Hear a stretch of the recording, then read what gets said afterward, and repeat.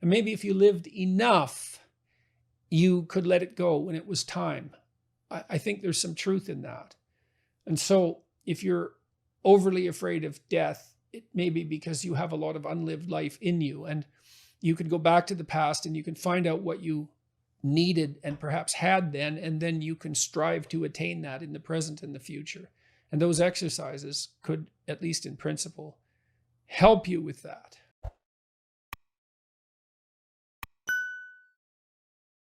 I'm 40, but I feel like a child watching everyone around me get older and die. So I'm homesick for the past instead of accepting the terrifying present.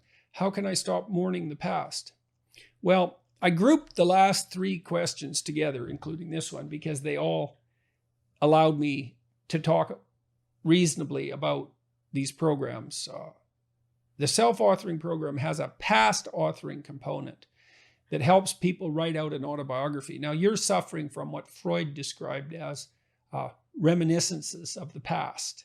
You're possessed by reminiscences. They won't get out of your mind. And what that means to me is, well, it's one of 2 things. One is that there's things in your past that you need to understand more deeply.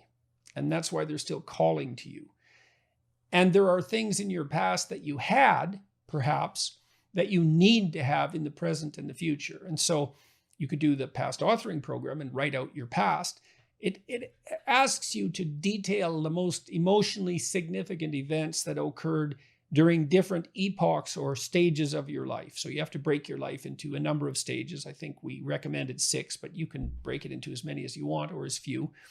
And then to detail out the significant positive and negative occurrences, that stand out in your memory from those times. And that'll kind of help put the past to rest, but it also might highlight for you what it is that you're nostalgic for. And then that can help you figure out what to aim for in the future. And so, it sounds like you're rather hopeless about the present and by implication the future. And maybe that's because you don't have a richly enough developed conception of what it could be. So you could go back to your past and find out what it is that you wanted and had, and then you need to make a plan for how you might obtain that in the future. Now, it's a bit more complicated than that, because you talked about death, and so you may be longing in some sense for a return to in a state of blissful ignorance where you weren't concerned about mortality.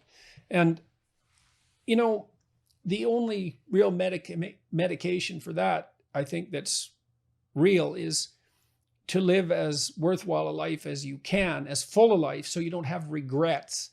I'm not sure that so much that people are afraid of death. They're maybe afraid of not living enough. And maybe if you lived enough, you could let it go when it was time. I think there's some truth in that. And so if you're overly afraid of death, it may be because you have a lot of unlived life in you. And you could go back to the past and you can find out what you needed and perhaps had then, and then you can strive to attain that in the present and the future. And those exercises could, at least in principle, help you with that. So what are you missing, right? What are you missing that the past had for you? And maybe you write that down, like, well, I had this and it was really important to me, and I had a loving relationship with someone and I don't have that now. I had the security of a comfortable home life and I don't have that now. So, well, those are things that now become ambitions, right? Because an ambition and a lack are mirror images of one another. So if you can identify what you lack, you can derive an ambition from that. And you might say, well, that's impossible. It's like, well, you decompose it into small steps, and that's complicated, but so life is complicated. So there's no way around that.